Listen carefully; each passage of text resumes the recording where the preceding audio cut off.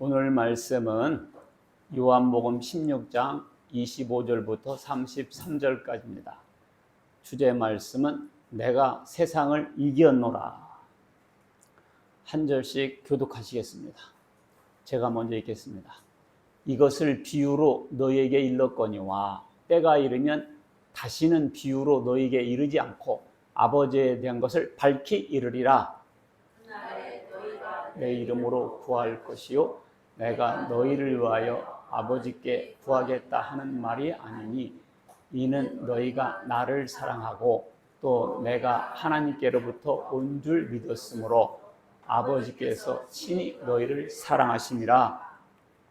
내가 아버지에게서 나와 세상에 왔고 다시 세상을 떠나 아버지께로 가노라 하시니 제자들이 말하되 지금은 밝히 말씀하시고 아무 비유로도 하지 아니하시니 우리가 지금에야 주께서 모든 것을 아시고 또 사람의 물음을 기다리시지 않는 줄 아나이다.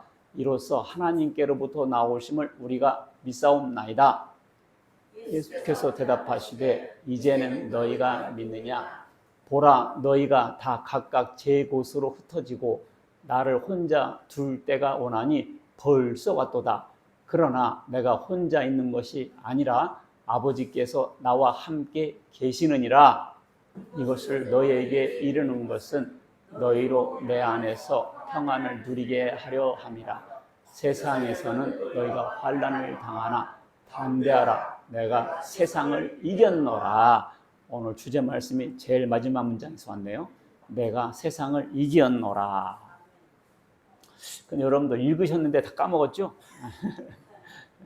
그래서 잠깐 이렇게 한번 뒤돌아보면 예수님께서 비유로 말씀했으나 때가 되면 더 이상 비유로 말하지 않고 하나님에 대해서 밝히 말해주겠다.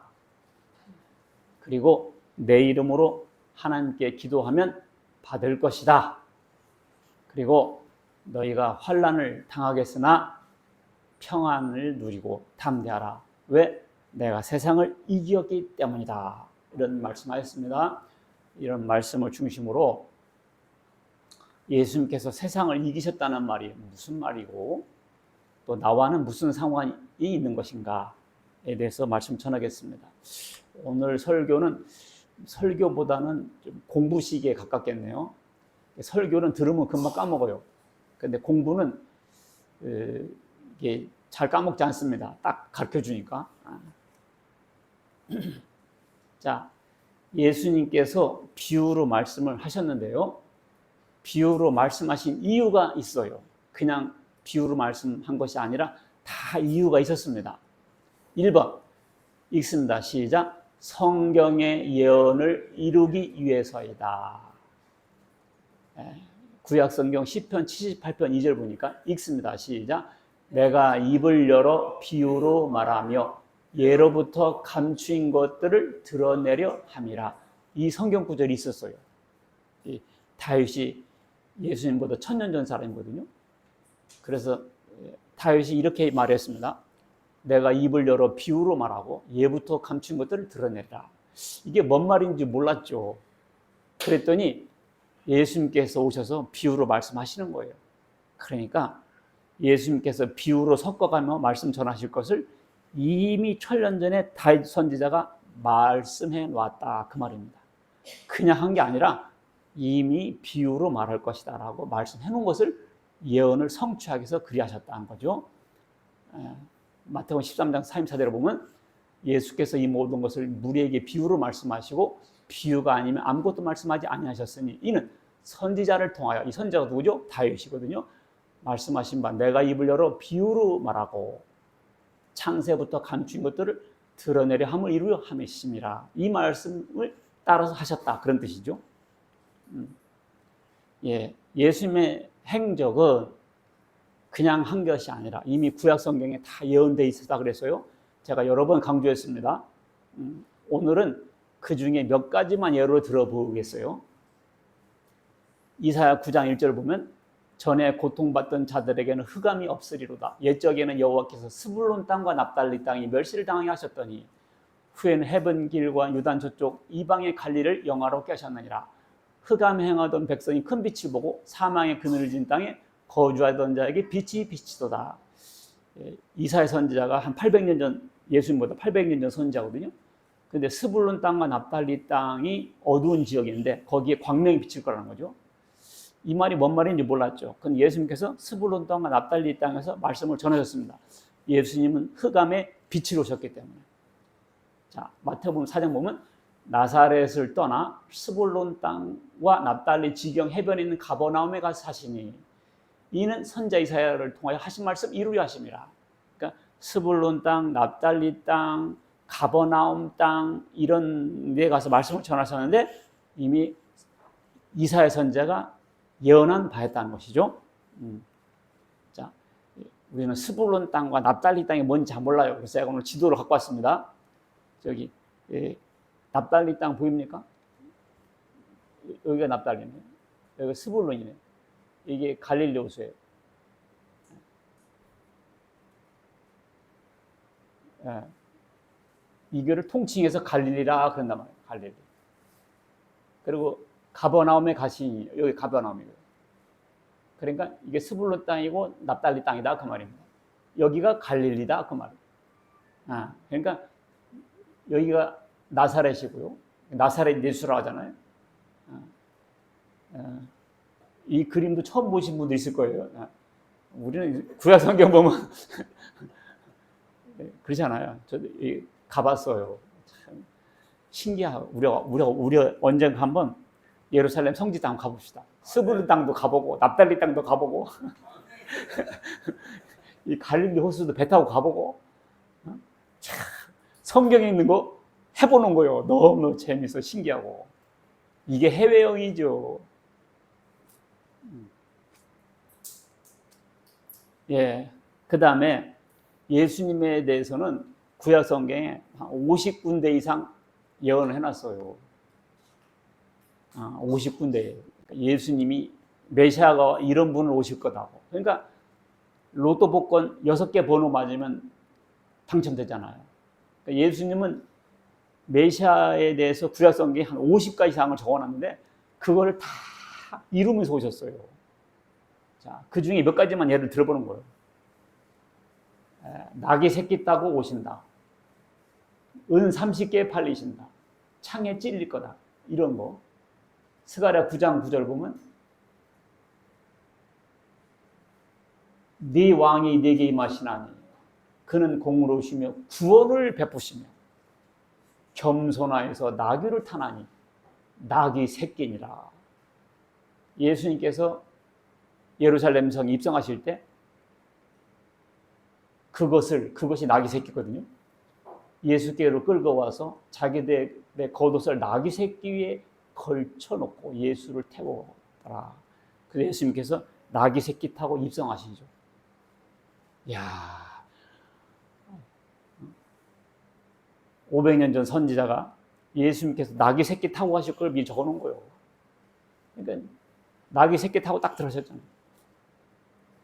그 다음에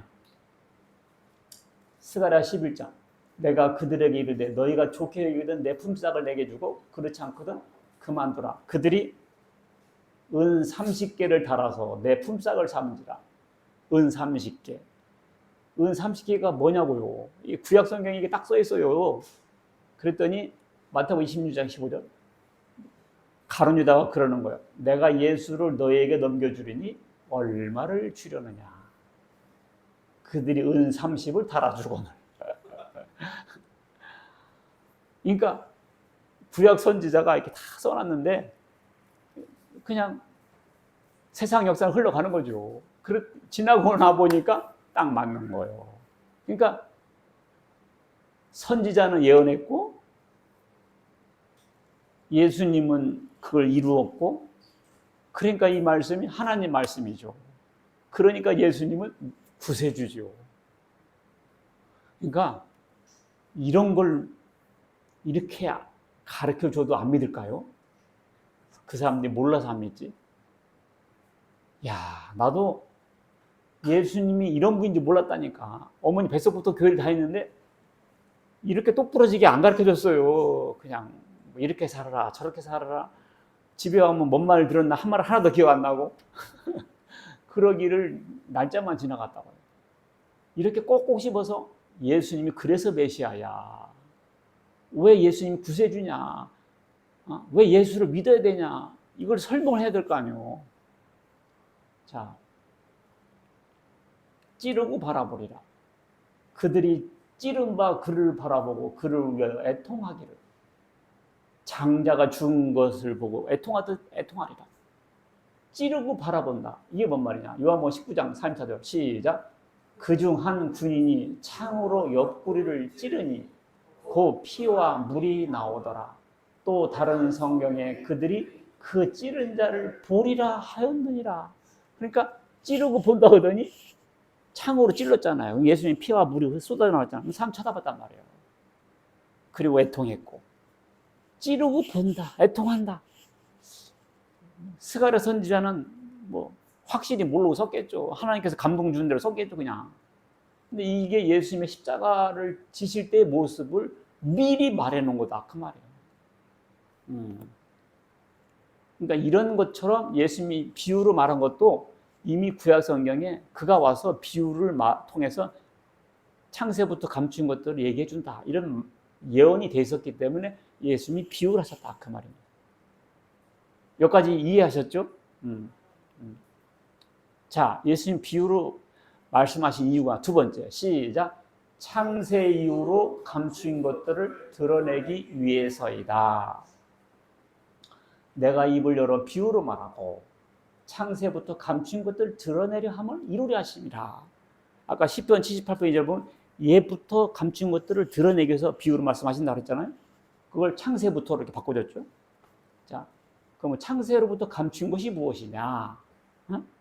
자, 이단들은 생명나무가 뭐니 선악과가 뭐니 이런 것을 창세부터 감춘 것이라고 하면서 풀어주는데요.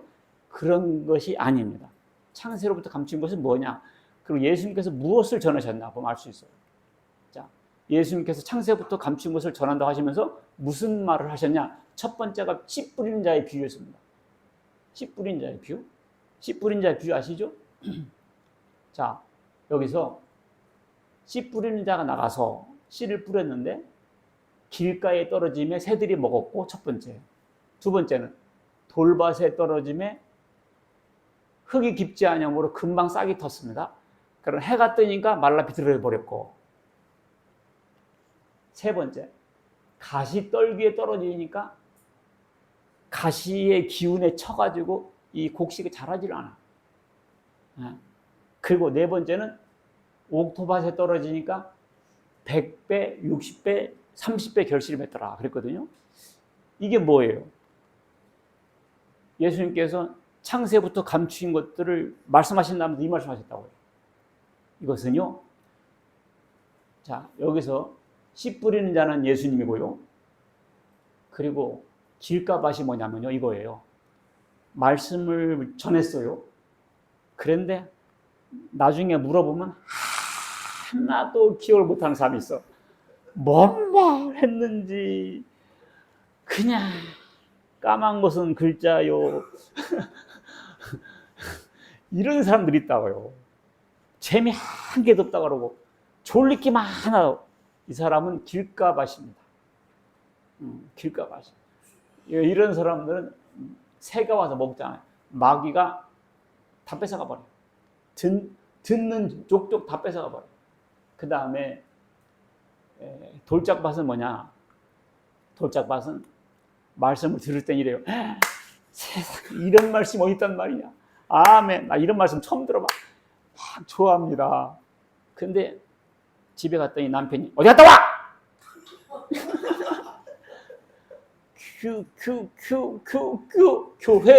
교회란 말을 못하는 거야. 그 다음부터 쑥 들어가 버립니다. 내가 이렇게까지 혼나면서 교회를 다녀야 할 필요가 있는가? 그리고 더 이상 안 나와 버립니다. 그러니까 순간적으로 좋았는데 해가 뜨면 환란이거든요. 환란이 뜨면 그냥 없어져 버려요. 이게 돌짝밭에 떨어진 사람입니다. 그 다음에 가시떨기 밭은 뭐냐? 곡식은 자라긴 자라. 근데 가시나무 기운이 크지를 않아. 그러니까 지금 말씀 듣고 있어. 근데 이 마음속에 아이고 카드 막아야 되는데 오늘이 카드 만료일. 아이고 이거 큰일 났네. 빚쟁이가 집에 와 있는 거 아니야 지금? 이 생각 때문에 신앙이 크지를 않아. 신앙이 죽었나 하면 나와 있고 살았나 하면 없고 비실비실 시들시들 그런 사람들이 있어요. 세상의 재료와 염려 때문에 말씀이 크지를 않아. 이게 바로 가시밭입니다. 그런데 옥토밭은 30배, 60배, 100배 결심을 맺는 사람이에요. 예, 그래서 예수님께서 말씀을 전하시고 가셨잖아요. 이 현상을 이런 것이 창세 이후로 있지를 않았던 거거든요. 그러니까 예수님 때부터 이런 현상이 나타났잖아요. 그러니까 창세부터 감춘 비밀을 비유를 통해서 말씀하신 거죠. 말씀을 전했을 때 사람들의 반응을 이렇게 씨 뿌린 자의 비유로 말씀하셨다 그 말입니다. 창세 이후 감춘 비유가 다른 게 아니에요. 이런 복음을 전했을 때 사람들의 반응을 말씀하신 거죠. 그 다음에 가라지 비유.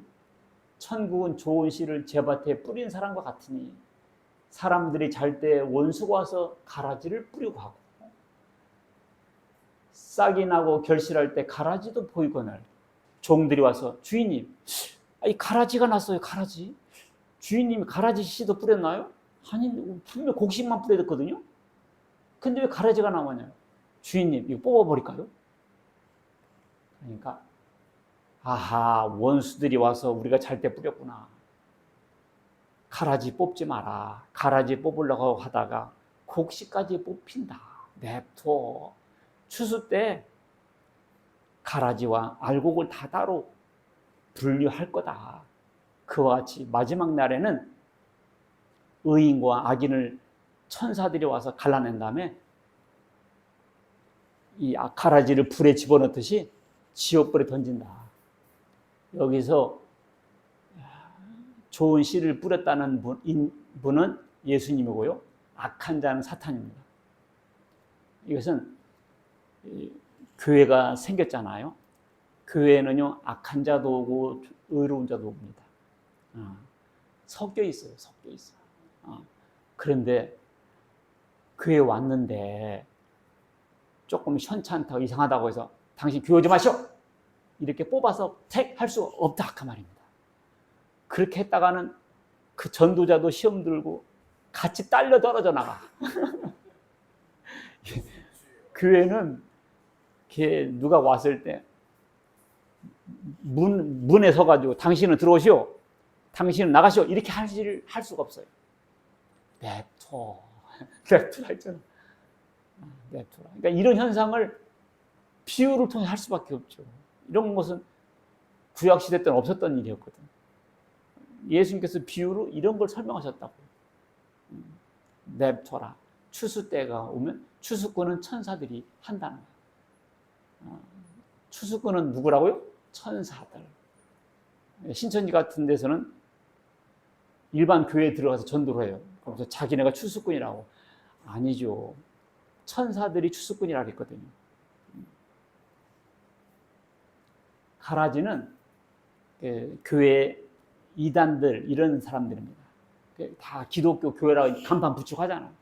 그렇다 하나님께서 없애지 않지 않습니까? 냅둬라 하고 있잖아요.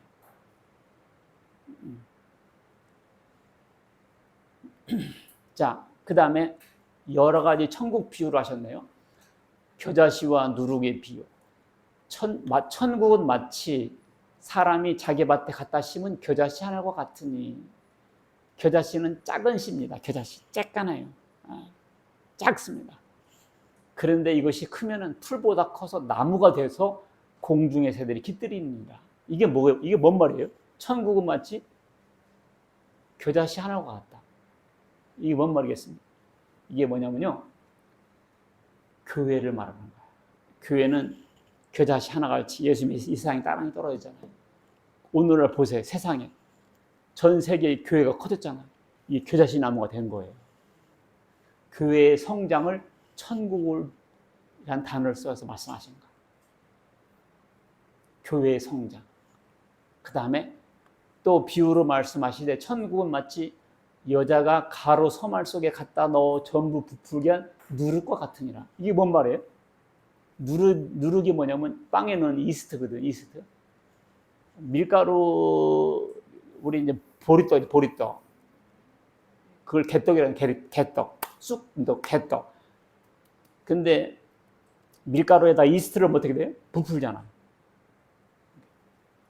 여기서 이때 누룩은 뭐냐면요. 교회의 팽창을 말하는 거예요. 그래서 교회가 팽창된 거예요. 누룩 너무 커지잖아요.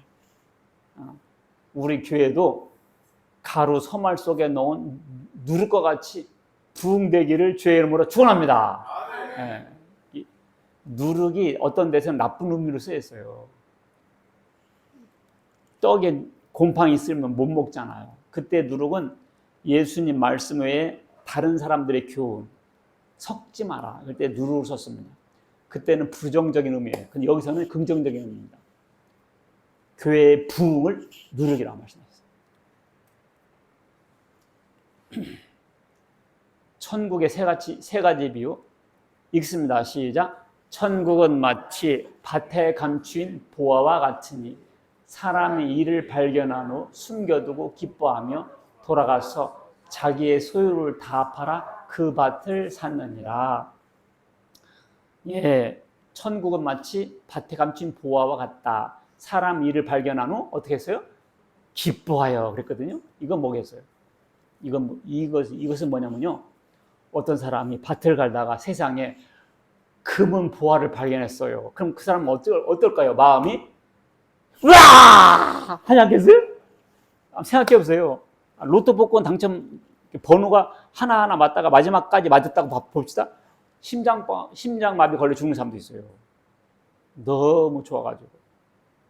그러니까 어떤 사람이 밭을 가다가 보화를 발견했으면 어떻게 했어요? 얼마나 마음이 기쁘겠냐. 천국이 그와 같다는 거예요. 천국이 뭐와 같다? 그 극한 기쁨의 상태다는 거죠.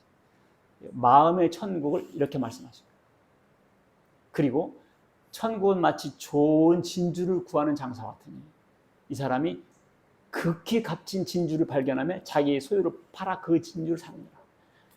진주를 구하는 사람이 있어요. 그 사람이 그걸 발견했다면 소유를 다 주고서라도 산다는 거예요. 골동품 찾는 사람과 비슷해요. 이 골동품에 빠진 사람은요, 어떤 사람 보니까 생전 봉급을 자기 부인한테 갖다 준 적 없다고 그러더라고. 평생 은퇴까지 직장 생활 했는데 계속 그걸로 골동품만 사 모은 거예요. 그냥 수시로 무시로 가서 앉아서 보는 거지. 예. 어떤 사람이 그러다가 자기가 원하는 걸 찾았다 해봐요. 자기 전 재산을 주고서라도 그걸 살려고 한다는 거야. 너무나 마음이 기쁘기 때문에. 그러니까 천국은 그와 같이 기쁨의 상태다. 그런 의미입니다. 그러니까 환경도 중요한데요. 마음이 기뻐야 돼요. 금 침대에다가 다이아몬드 주먹만한 거 박아놓은 침대에 있다고 칩시다. 밤마다 부부싸움에 밤마다 그러면 그게 가시 침대예요. 그러니까 마음이 중요한 거죠.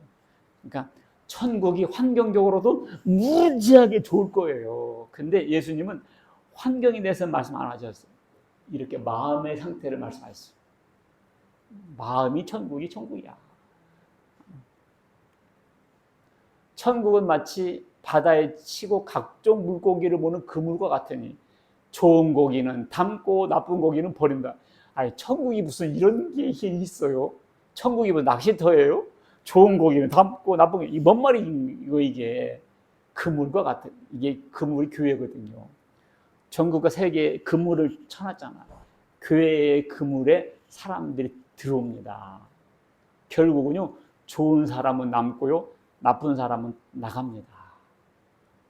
그와 같이 나중에 말세에 천사들이 와서 닳는다. 그래서 풀무불에 던진다. 이 교회와 종말의 상황을 이렇게 비유로 말씀하신 거예요. 이런 것들이 창세에 의해 감춘 비밀이었던 겁니다. 뭐 생명나무가 뭐고 선악나무 이런 거 말하는 게 아니고요. 이야, 내가 왜 이렇게 성경을 몰랐던가. 지금은 너무너무 좋고 쫄깃쫄깃하네. 참. 예수님께서 비유를 하신 것은요, 잘 설명하기 위해서였습니다. 네. 자, 성경이 비유로만 기록되었다라고 이단들은 말합니다. 근데요, 예수께서 이 모든 것을 우리에게 비유로 말씀하시고 비유가 아니면 아무것도 말씀하지 아니하셨다. 이중 부정은 강한 긍정이에요. 비유로만 말했다. 이렇게 읽힐 수가 있죠. 근데 성경이 비유로만 적힌 것은 아니에요. 성경은요, 예언도 있고 역사도 있고 시도 있고 과장도 있고 역설도 있고 비유도 있고 장르가 다양합니다. 성경에는요, 과장법도 있어요. 과장법도 있어요. 예를 들면 네 눈에 들보를 보지 못하고 형제 눈에 티를 보냐 그랬거든요. 들보가 뭐예요? 들보가 기둥이요, 기둥. 눈에다 기둥 받고 다니는 사람 없잖아요. 그러니까 너의 큰 잘못을 보라. 성찰을 의미하는 것이죠. 이것은 과장법이거든요. 그걸 비유로 본다든지 예언으로 보면 안 맞는 거죠. 성경의 역사도 있습니다. 그러니까 성경의 가장 권위 있는 해석 방법은 첫 번째가 뭔지 알아요? 문자 그대로 읽는 겁니다. 뭐라고요? 문자 그대로 읽는 거예요. 문자 그대로 읽으란 말은 무슨 말이겠어요? 시는 시로 읽고 예언은 예언으로 읽고 비유는 비유로 읽고 역사는 역사로 읽고 그 문장 자체 그대로 읽으라는 뜻입니다. 근데 이단들은요, 역사도 비유로 읽고 시도 비유로 읽고 예언도 비유로 읽고 이래서 엉망진창이 되는 거예요. 성경에 비유로만 써있다고 해서 성경이 다 비유로 읽으면 안 된단 말이에요. 이 말은 그런 뜻이 아니고 이 말은 이런 뜻이에요. 비유로만 말했다. 이 말은요, 또 이 사람들은 이렇게 말해요. 사람들이 못 알아들어 먹으라고 비유를 했다. 성경에 그런 구절이 있긴 있어요. 봐봐요. 12절 보면 이는 그들로 보기는 보아도 알지 못하며 듣기는 들어도 깨닫지 못하게 하여 돌이켜 죄사함 얻지 못하게 하랍니다. 비유를 말하는 것은 들어도 듣지 못하고 보아도 보지 못하고 깨닫지 못하게 하려고 비유를 했다는 거거든요. 그래가지고 성경은 비유로 말한 다음에 때가 되면 가르쳐 주려고 했다. 그 때는 재림 때다 이렇게 말해요. 자, 때가 이르면 밝히 말해준다 그랬잖아요. 근데 그때는 그러니까 예수님이 비유로 말해서 덮어놓고 때가 되면 가르쳐준다 했지 않냐. 그래서 초림 때는 비유로 말하고 재림 때 되면 풀어준다 이런 식으로 가르쳐줍니다. 그래서 자기가 재림 주니까 성경의 비유를 풀어준다 이렇게 말하거든요. 이 때가 되면은 재림 때다 이렇게 주장합니다. 그러니까 오늘은 약간 성경 공부에 가까운 설교예요. 잘 들으세요. 그러나 이름 비유로 말씀했다는 것은 무슨 뜻이냐면요. 그날 특히 바닷가에서 천국 비유를 하실 때 비유로 하셨습니다.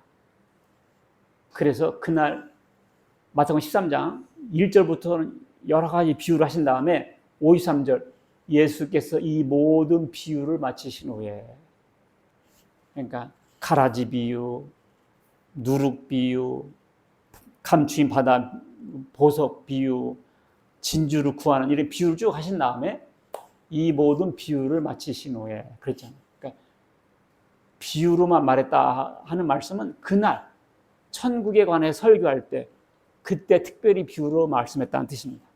예수님의 전생에 다 비유로 말했다는 뜻이 아니고요. 그날 특히 천국 말씀할 때는 비유로 하셨다 그 말이에요. 그리고요, 비유로 말씀하신 것은요, 못 알아들어 먹으려고 비유로 한 게 아니라 잘 알아듣게 하려고. 자, 읽습니다. 시작. 제자들이 예수께 나와 이르되 어찌하여 그들에게 비유로 말씀하시나이까?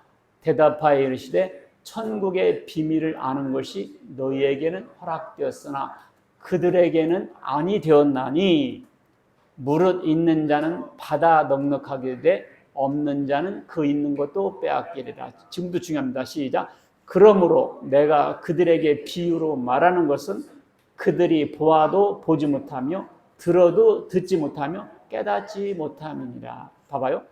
그들이 보아도 보지 못하며 들어도 듣지 못하며 깨닫지 못하기 때문에 비유를 한다는 거거든요. 이 말은 뭐예요? 보아도 보지 못하고 들어도 듣지 못하니까 비유를 한다. 이 말은 뭐예요? 그래서 깨달으라고 비유를 하신 거다, 그 말이에요. 이렇게도 못 알아듣고 저렇게도 못 알아들으니까 혹시나 깨달을까요? 비유를 써서 말씀하셨다는 거예요. 이단들은 뭐라고 그랬어요? 못 알아들어 먹게 하려고 비유로 말씀했다고 주장하나, 그게 아니고요, 거꾸로 해요. 못 알아들어 먹으니까 알아들으라고 비유를 하셨다, 그 말이에요. 아셨죠? 잘 깨닫고 있어요. 자, 이게 뭐예요? 두리안이에요? 드셔보셨어요? 오늘 처음 봐요? 아이고, 강남에 사신다고 이거 못 먹어보셨구만. 한번 드셔보세요. 과일의 왕이라는 거거든요. 저도 태국 갔을 때 먹어봤어요. 근데요, 이걸 한 번도 못 본 사람한테 이걸 설명해 보세요. 껍데기는 가시같이 생겼고 선인장같이 생겼고, 그 과일은 호빵같이 생겼고요, 씨는 막대기같이 생겼어요. 그리고 냄새는 똥냄새 나요. 아이고, 어떻게 이런 걸 먹어? 그런데요, 이거 한번 먹으면요, 여기 바나나도 있고 사과도 있고 다 있잖아요. 손이 두리안으로만 갑니다. 새우깡에만 가는 게 아니라 이 두리안에만 손이 가더라고.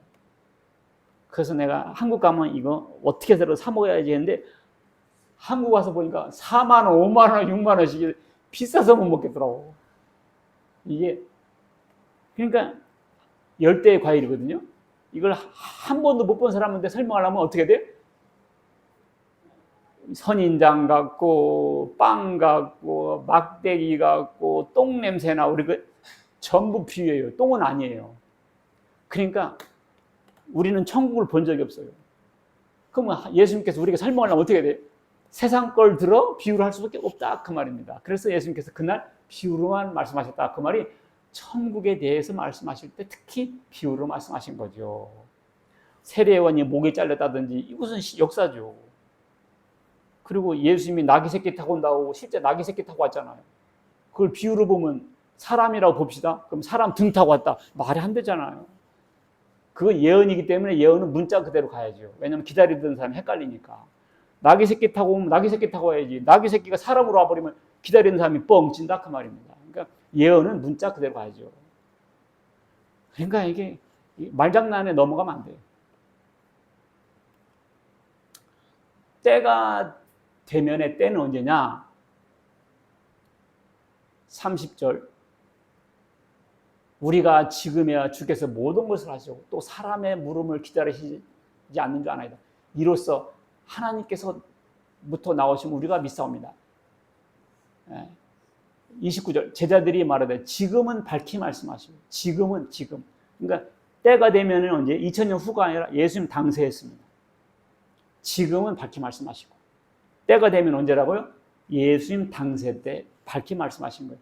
2000년 후로 미룬 게 아니고요, 예수님 때 이미 다 말씀하셨습니다.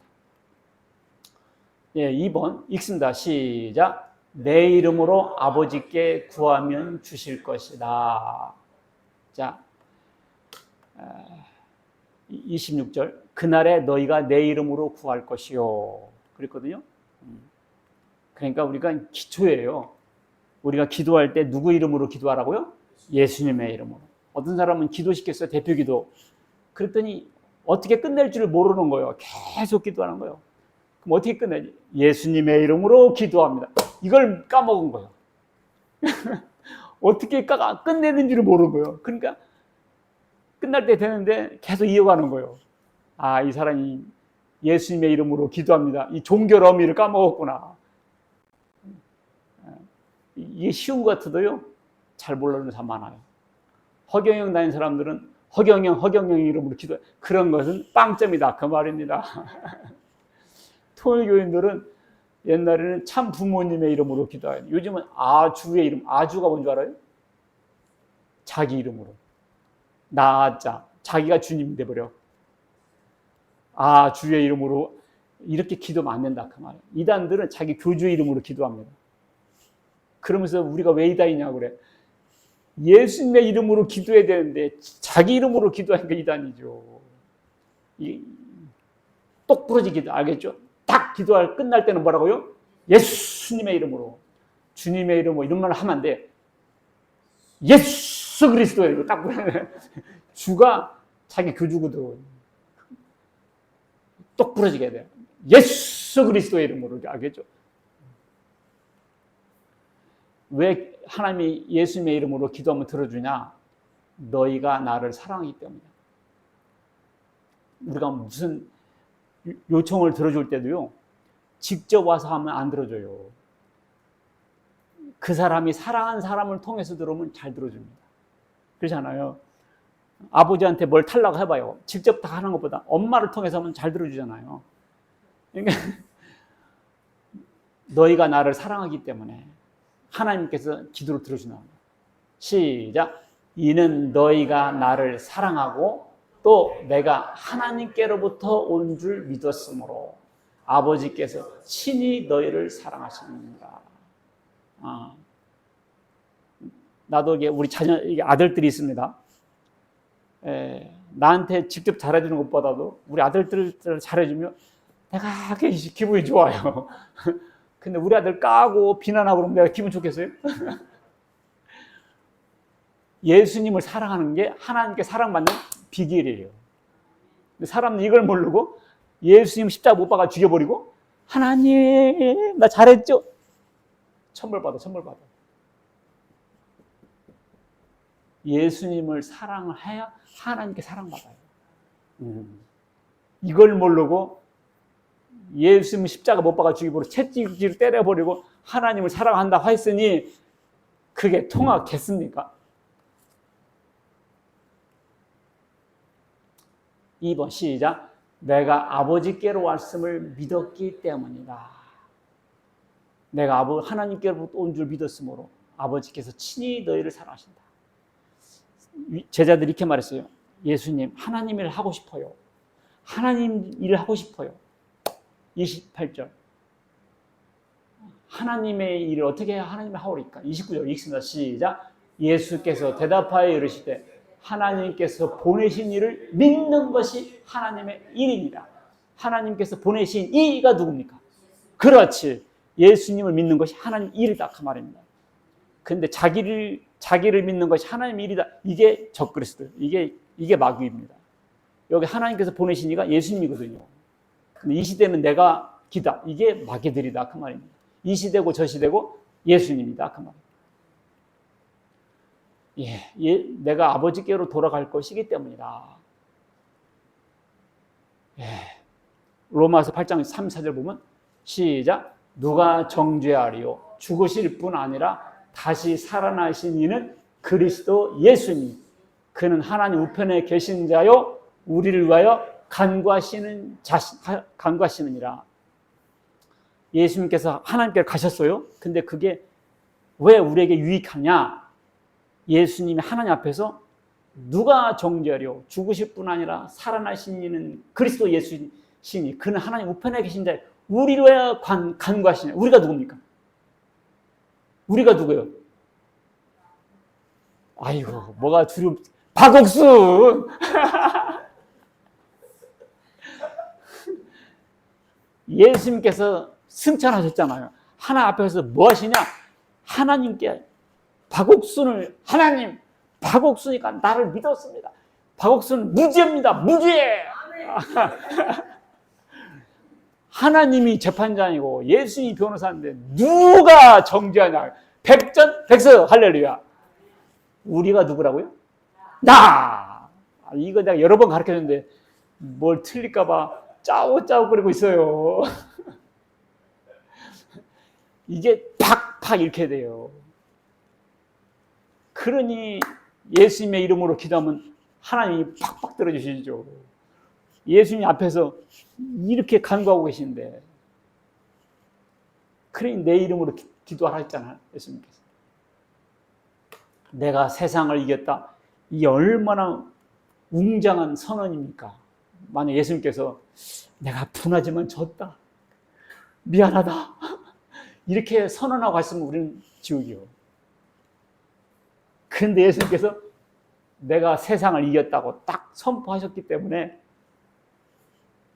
우리가 이기는 겁니다. 우리나라가 양궁 10연패 했죠? 우리나라 대표 선수가. 근데 금메달 획득 순위에 보면 한국으로 돼 있어요. 선수들이 땄어도 한국이 딴 거예요. 우리 5천만 명이 딴 거예요. 왜 그러죠?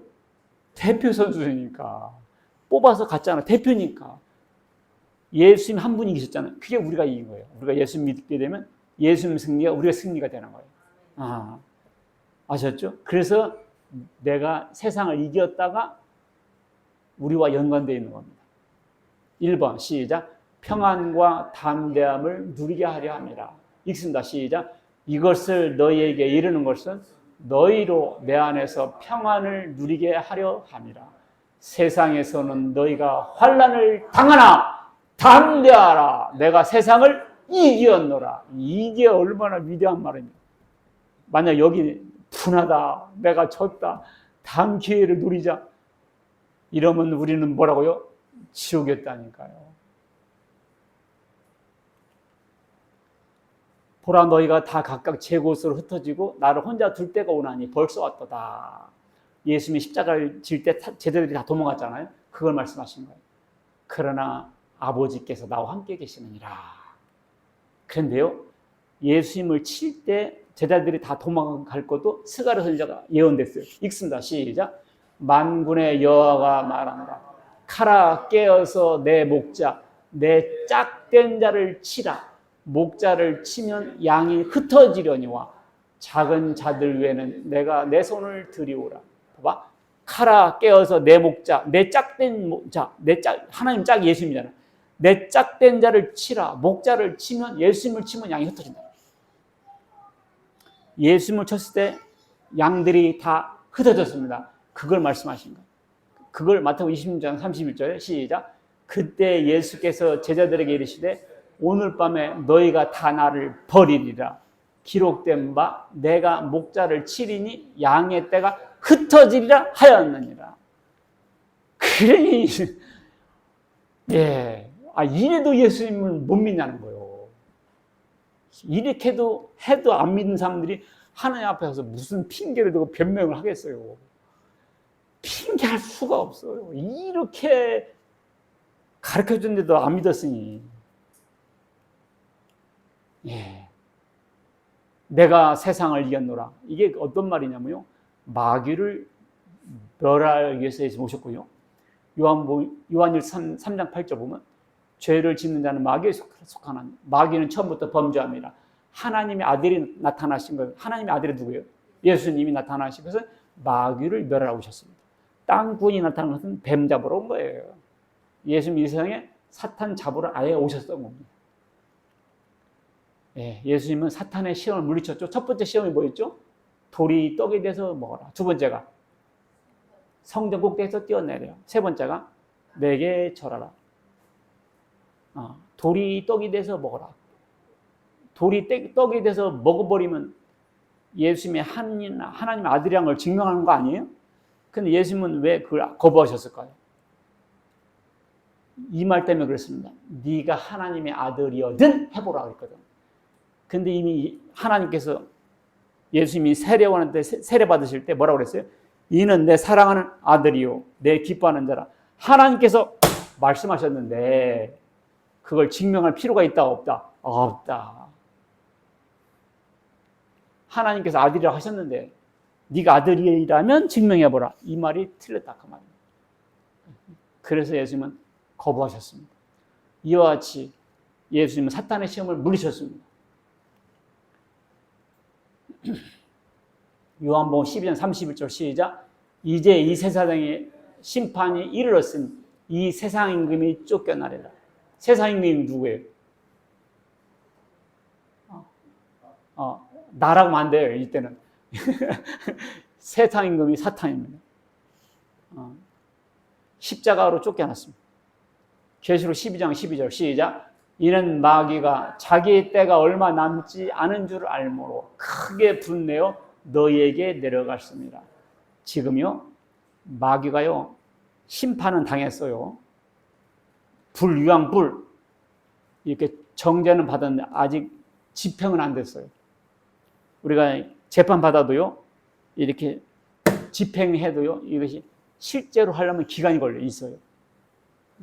선고를 했어도 집행은 이 기간이 있습니다. 그러니까 사탄은 지금 불 하나님께 이 선언을 당했습니다만 아직 기간이 좀 남아 있어요. 그러니까 자기 때가 얼마 안 남았습니다. 그래서 발악하고 있는 거예요.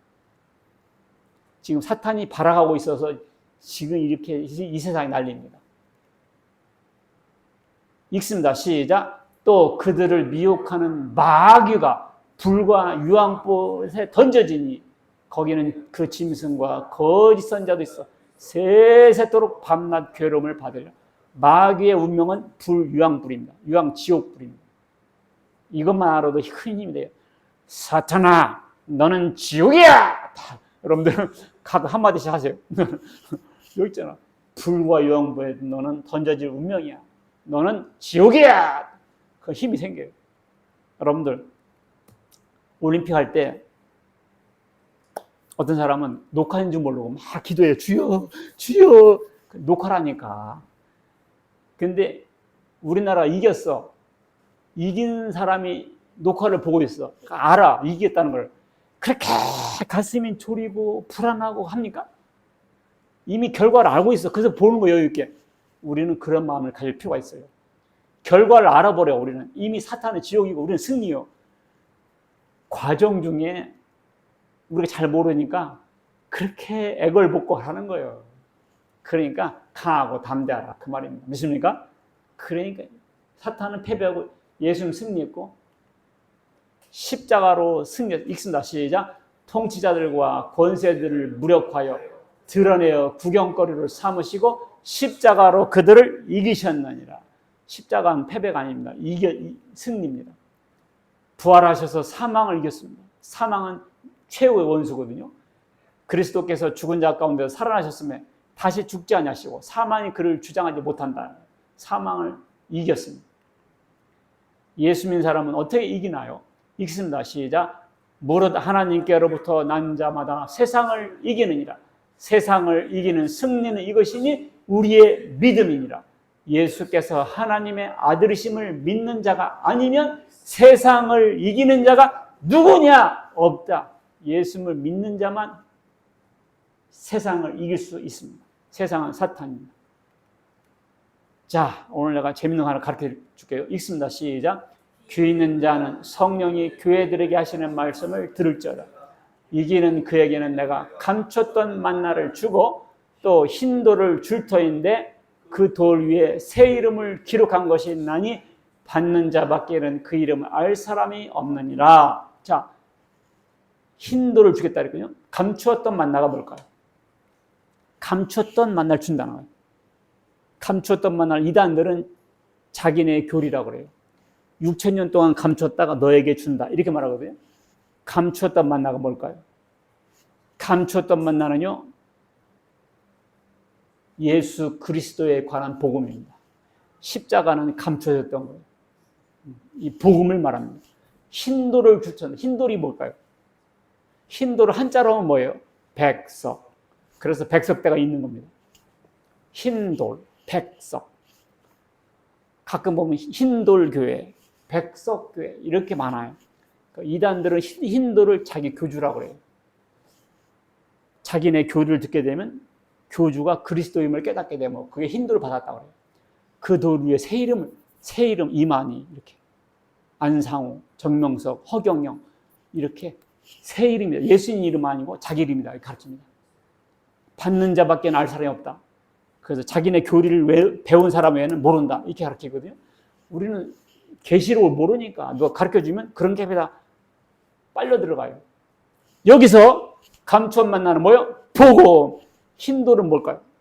힌돌은요, 재판적인 용어인데요. 재판할 때 이겼다 졌다 그래요. 원고승 피고패. 원고패 피고승 그래요. 우리가 구원받는 것은 재판받는 거예요. 이긴 사람한테는 힌돌을 줍니다. 진 사람한테는 검은 돌을 줘요. 예수 믿고 구원받는 사람이 이긴 자입니다. 그게 힌돌을 준 거예요. 힌돌은 예수 믿고 구원받았다는 뜻입니다. 그 돌 위에 새 이름을 기록한 것입니다. 이 돌 위에 새 이름이 있고요. 이 돌 위에 새 이름은 뭘까요? 의인. 뭐라고요? 의인. 여러분들과 제 이름 원래는 죄인이었습니다. 근데 흰돌 주고 바꿔줬어요. 의인. 원래는 진노의 자식이었습니다. 이름을 바꿔줬어요. 하나님의 자녀. 여러분과 새 이름을 주셨어요. 믿습니까? 받는 자 외에는 몰라. 이 구원의 감격은 받는 자 외에는 모릅니다. 아셨죠? 이기는 그에게는 이긴 그에게는 힘을 주고 의인, 하나님의 아들, 천국 시민 새 이름을 주셨습니다. 받는 자에는 모릅니다. 여러분, 예수님이 세상을 이기셨습니다. 그것은 우리가 이겼다라는 선언이었습니다. 한 사람으로 사망이 왔고 한 사람으로 생명이 왔습니다. 한 사람으로 패배가 오고 한 사람으로 승리가 왔습니다. 우리 성도들은 이미 결과를 알고 있어요. 그러니까 우여곡절 너무 그렇게 두려워하지 마시고 결국 예수님 십자가 돌아가셔서도 우리에게 구원을 주셨잖아요. 사탄은 이미 심판받았습니다. 유황불에 던져질 것이 그의 운명입니다.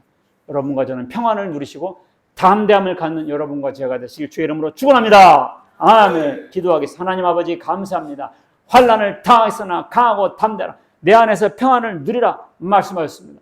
우리가 어떤 어려움이 오고 두려움이 올지라도 그것은 우리를 두렵게 하는 마음뿐이 우리는 두려워하지 말고 극히 강하고 담대하여 주여 평안을 누리게 하여 주시고 이 기쁜 소식을 많은 사람에게 전파하여 그들도 평안과 구원을 얻게 하는데 저희들 쓰임받게 하여 주옵소서. 우리 주 예수 그리스도의 이름으로 기도하옵나이다. 아멘.